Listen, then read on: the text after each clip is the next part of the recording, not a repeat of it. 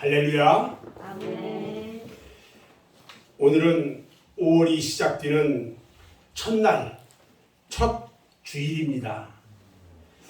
하나님의 말씀을 사모해서 오늘 하나님의 성전에 나오신 사랑하는 여러분 모두에게 예수 그리스도의 은혜와 평강이 충만하게 임하시기를 주님의 이름으로 축원합니다. 아멘.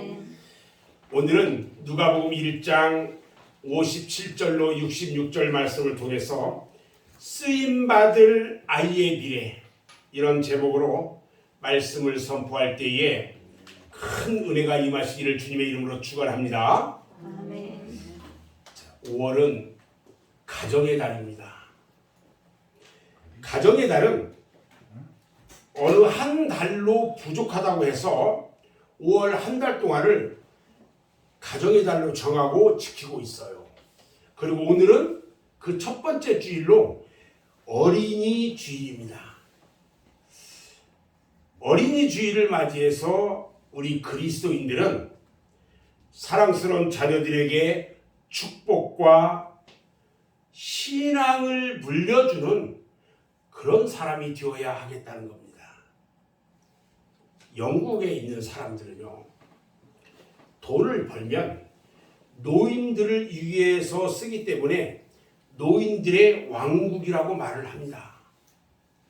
그런데 프랑스 사람들은요, 돈을 벌면은 자기 자신을 위해서 쓰기 때문에 젊은이의 왕국이라고 말을 해요. 그런데 미국 사람들은 돈을 벌어서 누구를 위해 쓰냐? 어린이들을 위해서 쓴대요. 그렇기 때문에 미국은 어린이들의 왕국이다, 이렇게 말을 합니다. 해마다 어린이날이 되면 어린이에 대한 말들이 참으로 많이 나오고 있습니다만은 참으로 진정한 의미에서 어린이에 대한 관심은 적어지고 있다는 겁니다. 그러나 정상적인 부모라면 누구나 자기의 자녀가 잘 되기를 원합니다. 자녀가 잘 되는 것이 부모에게는 최대의 기쁨이기 때문에 그렇습니다. 요즘 우리가 살고 있는 이 사회에서는 가정교육이 사회의 큰 이슈로 지금 등장을 합니다. 조기 교육이라고 해서 5살부터 초등학교에 들여보내고요. 또 외국어를 해야 한다고 해서 우리말도 잘 못하는 아이들을 고액을 들여서 영어 학원에 보내고 있습니다. 그래서 저마다 자기 자식은 남보다 월등하게 잘 가르치고 또 잘 키우려고 온갖 수단과 방법을 다 동원하고 있어요. 부모들은요, 자녀를 위한 일이라면 어떠한 일도 불사하고 해내고 있습니다. 그런데 이와 같이 부모들의 투자와 노력과 기대와는 달리 요즘 청소년들은 날로 흉폭해지고 있어요. 설마 내 자식이 그럴 줄은 정말 몰랐다고 말을 합니다. 그런가 하면은요, 굳이 윤리나 도덕을 따지지 않는다고 해도 학교에서 선생님을 폭행하는 일들이 끊이지 않고 일어나고 있는 것은 참으로 개탄할 일이라는 겁니다. 옛날에는요, 군사부 일체라고 해서 임금과 부모와 선생은 똑같다는 말이 있습니다. 그래서 선생님의 그림자도 밟지 않는다고 했어요. 오늘날 이와 같이 사두가 무너진 데에는 학생들만을 일방적으로 나무라기 전에 선생님들에게도 많은 책임이 있다고 볼 수가 있습니다. 선생님이 선생님으로서 존경받을 만한 인격자가 되지 못하고 한갓 월급쟁이와 노동자로 전락할 때에 그에 대한 존경심은 함께 전락할 수밖에 없는 것입니다. 또한 우리나라가요, 전통적으로 자랑해 오고 있는 동방예의직업, 이 말이요, 옛말이 되고 말았어요. 동남아 20여 나라 중에서요, 윗사람을 존경하는 그 존경도가 우리나라가요 20개국 중에서 14번째라고 말을 합니다. 어쩌다가 이렇게 되었는지요. 우리나라는요, 옛날부터 삼강오륜을 잘하게 왔어요.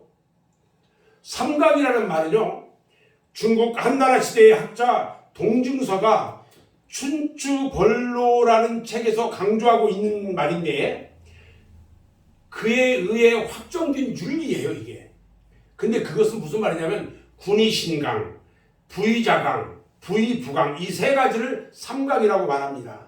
즉 임금과 신하, 부모와 자식, 남편과 아내 사이에 마땅히 지켜야 할 도리를 말하고 있는 거예요. 또 오륜이 있어요. 오륜은요, 맹자에 처음 나오는 말인데 오상, 오전 이런 말로서 이야기를 해요. 이것은 무슨 말이냐면 이 부자 사이에 신혜가 있다고 해서 부자 유친 이렇게 말을 하고요. 임금과 신하 사이에 의리가 있어야 한다고 해서 군신유의라고 말을 합니다. 그리고 부부 사이에도 분별이 있어야 한다고 해서 부부유별 이렇게 말하고요.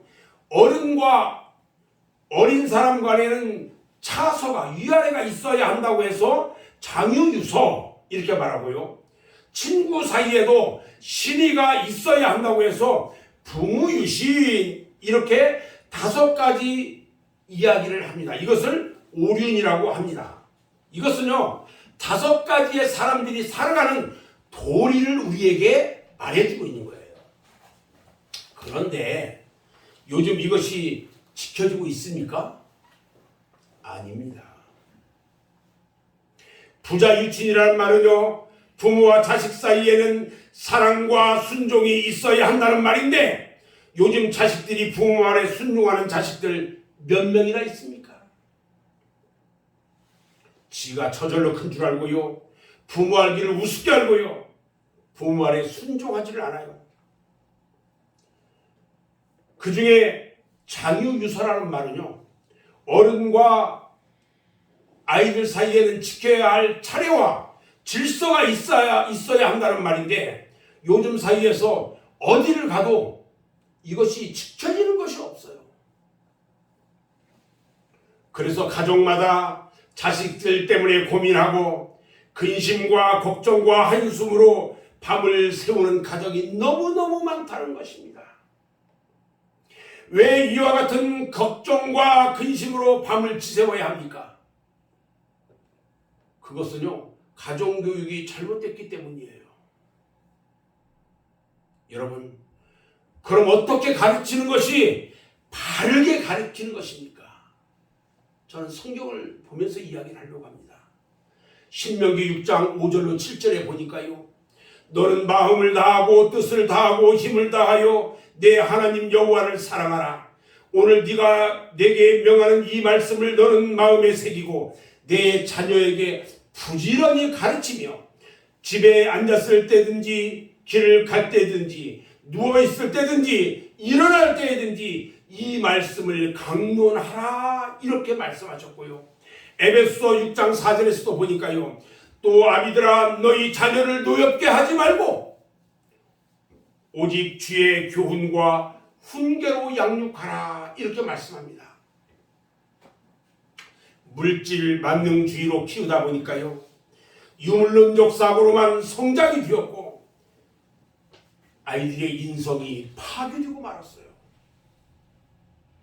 우리 부모들은요, 예로부터 못 먹고 못 입고 가난해서 못 배운 것이 한이 되어서 자식들에게만은 가난을 물려주지 않으려고 손발이 갈퀴손이 되도록 일을 했고요, 먹고 싶은 것도 먹지 않고 입고 싶은 것도 입지 않고 허리띠 졸라매고 알뜰살뜰 저축해서 직장만 하고 땅 사서 자녀들에게 물려줬더니 결국 자식들은 그 공을 모르고 천하의 패를 나가지고요, 평생 부모 가슴에 못 박는 자식이 되고 말았어요. 그래서 저는 돈과 재산을 물려주는 부모보다 자식을 물려주는 부모가 더욱 위대하다고 생각을 합니다. 왜냐하면요, 부모가 자녀들에게 재산을 많이 물려줘도 그 자녀가 물려받을 재산을 잘 간수하지 못하고 형제들끼리 싸우고 방탕한 생활을 하고 마지막에는 가정이 파괴되는 경우가 너무나도 허다하기 때문입니다. 사랑하는 여러분, 물질보다 지식을 물려주는 것이 중요하다고는 하지만 더 위대한 것은 신앙의 유산을 물려주는 것입니다. 아멘. 오늘날 우리가 살고 있는 이 세상은요, 죄악이 너무 관영해요. 물질 문명이 범람하는 세상이 되고 말았어요.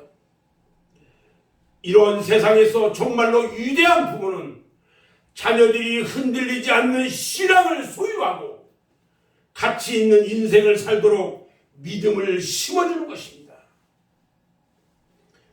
따라서 우리 맑은샘 교회 성도들은요, 자녀들에게 물질보다는 지식을 물려줘야 하고 지식보다는 신앙과 믿음을 물려주는 위대한 부모가 다 되시기를 주님의 이름으로 축원합니다.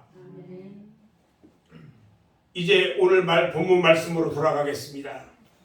오늘 본문 말씀은요, 세례 요한이 태어날 때의 모습입니다. 세례 요한은 잉태될 때부터 세상 사람들의 관심을 받았어요. 요한의 부친은 사가랴인데 그런 반차에 따라서 제사장으로서의 직무를 수행하기 위해 성전에 들어갔다가 가브리엘 천사를 만납니다. 누가복음 1장 11절로 13절 말씀을 보면 주의 사자가 그에게 나타나 향단 우편에 선지라. 사가랴가 보고 놀라며 무서워하니 천사가 그에게 이르기를 사가랴여 무서워하지 말라. 너의 간구함이 들린지라. 네 아내 엘리사벳이 내게 아들을 낳아주리니 그 이름을 요한이라 하라. 이렇게 말합니다. 그런데 사가랴는요, 천사의 말을 믿을 수가 없었어요. 그래서 사가랴가 천사에게 물어봅니다. 내가 이것을 어떻게 합니까? 애를 낳고 나 잘 모릅니다. 내가 늙고 아내도 나이가 너무 많아요. 애를 낳을 수가 없어요. 이렇게 이제 이 말을 하니까 누가복음 1장 19절로 20절에서 천사가 말합니다. 나는 하나님 앞에 서 있는 가브리엘이라. 이 좋은 소식을 전하여 내게 말하라고 보내심을 받았노라. 보라, 이 일이 되는 날까지 네가 말 못하는 자가 되어 능히 말을 못하리니 이는 네가 내 말을 믿지 아니함이거니와 때가 이르면 내 말이 이루어지리라. 여러분, 여기에서 가브리엘이 좋은 소식을 하면서 보내줬어요. 여러분, 좋은 소식이 굿뉴스입니다. 여러분, 좋은 소식 많이 들어야 합니다. 말씀 가운데 좋은 소식을 들어야 하는 것입니다. 아멘. 이러한 과정을 거쳐서요, 사가랴의 부인 엘리사벳이 드디어 수태를 합니다. 그리고 이제 그 아이가 태어나게 된 거예요. 이스라엘 나라에서는 아이가 태어나면 대단히 큰 기쁨이 되었다고 해요. 특히 남자아이가 태어나면 그 기쁨이 더해지는데 가족은 물론 먼 친척까지 모여서 축하를 하고요, 음악가들까지 동원해가지고 막 기쁨의 노래를 불렀다고 해요. 사가랴의 집도 마찬가지입니다. 오히려 나이 늙어서 낳은 늦둥이 아이이기 때문에 다른 집보다 그 기쁨은 한참 더했을 겁니다. 아이가 낳고 8일째가 되는 날 아이는 할례를 받고 이름을 얻게 됩니다. 엘리사벳도 마찬가지로 아이의 이름을 짓는데 요한이라 해야 한다고 말을 합니다. 그런데 많은 사람들이 놀랐어요. 요한이라는 이름은 무슨 뜻을 가지고 있냐면 여호와의 선물, 하나님은 은혜롭다, 이런 뜻이 있어요. 근데 원래대로 한다면 사가랴라고 해야 맞거든요. 근데 요한이라고 해야 한다고 엄마가 얘기를 해요. 그래서 주위에 있는 친척과 가족들이 그 이유를 물었어요. 그리고는 안 된다고 이의를 제기합니다. 어떻게 우리 집안에 요한이라는 사람은 있지도 않는데 어떻게 요한이라는 이름을 쓰느냐? 그러자 엘리사벳은 요한이라고 해야 한다고 끝까지 주장합니다. 할 수 없이 아이의 아버지인 샤가라에게 물어봅니다. 샤가라는요, 천사의 말을 믿지 못해가지고 말을 못하는 사람이 되고 말았어요.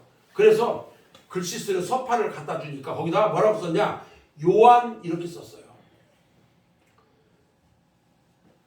그런데요, 글씨로 써서 요한이라고 이야기를 하자 기적이 일어났어요.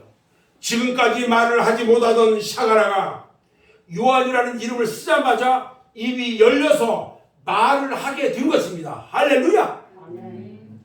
이러한 일들을 보면서 친척과 모든 사람들은 생각하기를 이 아이가 보통 아이가 아니다는 것을 짐작할 수가 있었어요. 그래서 모두들 말하기를 이 아이가 장차 어찌 될꼬? 이 아이가 정말 어떤 아이가 될꼬? 성경은 이것을 기록하고 있어요. 예수님께서 세례 요한을 가르쳐서 마태복음 11장 11절에 보니까 이렇게 말합니다. 내가 진실로 너희에게 말하느니 여자가 낳은 자 중에 세례 요한보다 큰 이가 일어나기 없도다. 사랑하는 여러분, 오늘 어린이 주일을 맞이해서 세례 요한의 출생과 그의 부모들이 어떻게 양육했는지를 생각해 보면서 많은 사람들이 세례 요한이 할례를 받던 날 요한이라고 이름을 지을 때에 아이가 장래를 걱정하였는데 그 후 세례 요한은 어찌 됐는지 함께 생각해 보려고 합니다. 여러분, 세례 요한이 어떻게 태어났어요? 세례 요한은요, 의롭고 경건한 가정에서 태어났어요. 누가복음 1장 5절로 6절 말씀에 유대왕 헤롯 때에 아비야 바델의 제사장 한 사람이 있었으니 이름은 샤가라요 그의 아내는 아론의 자손이니 이름은 엘리사벳이라. 이 두 사람이 하나님 앞에 의인이니 주의 모든 계명과 규례대로 흠이 없이 행하더라. 이렇게 기록되어 있어요. 세례 요한의 부친 샤가라와 그의 모친 엘리사벳은 모두 제사장 발열인 아론의 후손들이에요. 그리고 하나님 앞에서 의인이라고 말합니다.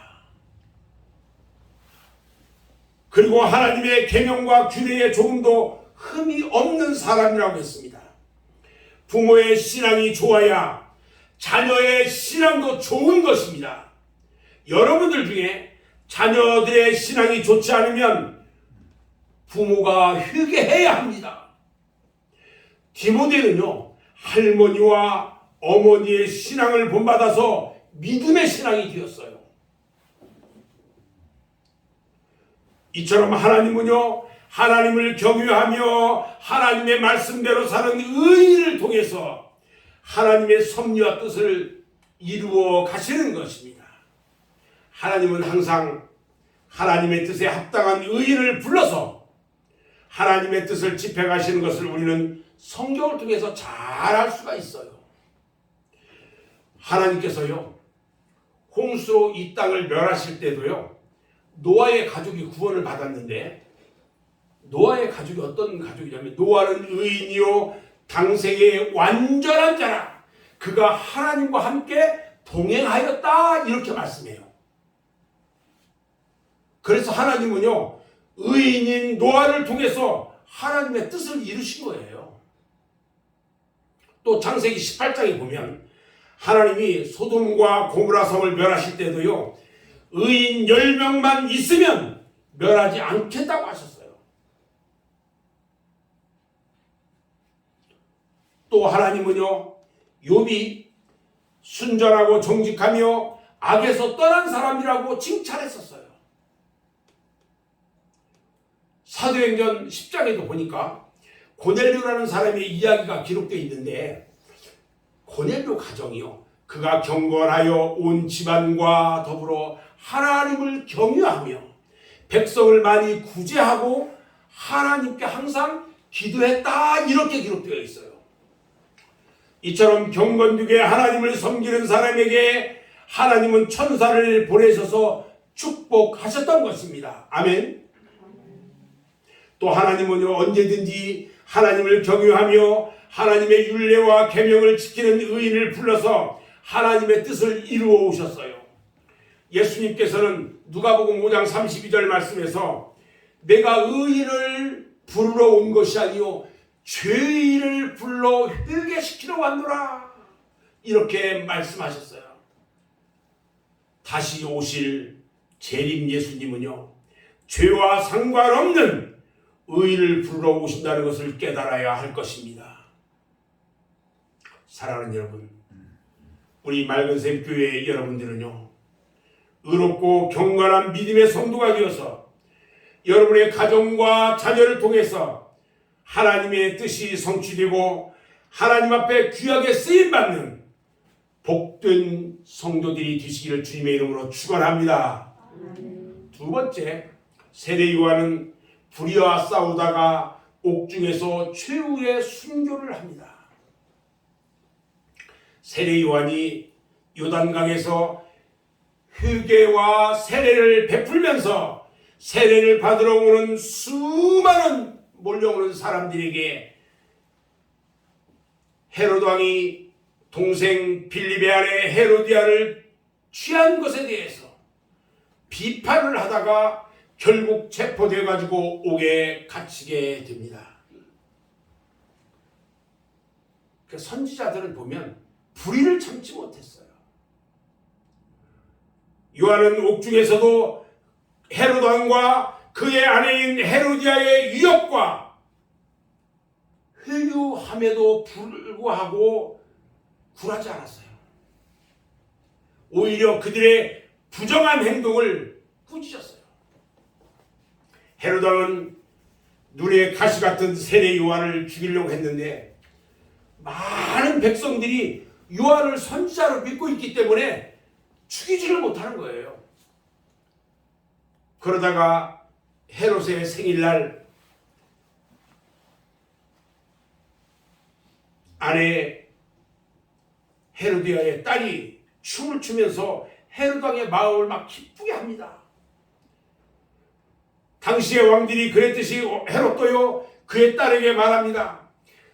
네가 달라는 대로 다 주겠는데 나라의 절반이라도 주겠다, 이렇게 막 약속을 합니다. 그런데 그 딸이요, 엄마 헤로디아의 사주를 받아가지고 나는 세례요한의 목을 주세요, 이렇게 말합니다. 어처구니 없게도 세례요한이 이 약속 때문에 최후를 맞게 되었어요. 그래서 예수님께서는 세례 요한을 가리켜서 말씀합니다. 내가 너희에게 말하노니 여자가 낳은 자 중에 요한보다 큰 이가 없도다, 이렇게 요한을 증거했습니다. 이렇게 요한은 하나님의 섭리와 계획에 따라서 이 땅에 태어났고 광야에서 약대 가죽을 몸에 걸치고 메뚜기와 석청만 먹으면서 메시아 예수 그리스도를 증거했습니다. 그리고 회개를 외쳤습니다. 회개하라, 천국이 가까이 왔느니라. 불의와 죄악을 책망하다가 그리고 결국 그는 장엄한 순교의 제물이 되고 말았습니다. 세례 요한의 짧은 인생을 돌아보면 죄가 한 점도 없는 참으로 의롭게 하나님의 사명만을 감당하다가 하나님 나라로 갔습니다. 오늘 우리들은요, 세례 요한의 일생을 통해서 우리들 자신의 믿음도 다시 한번 돌이켜 보아야 할 것입니다.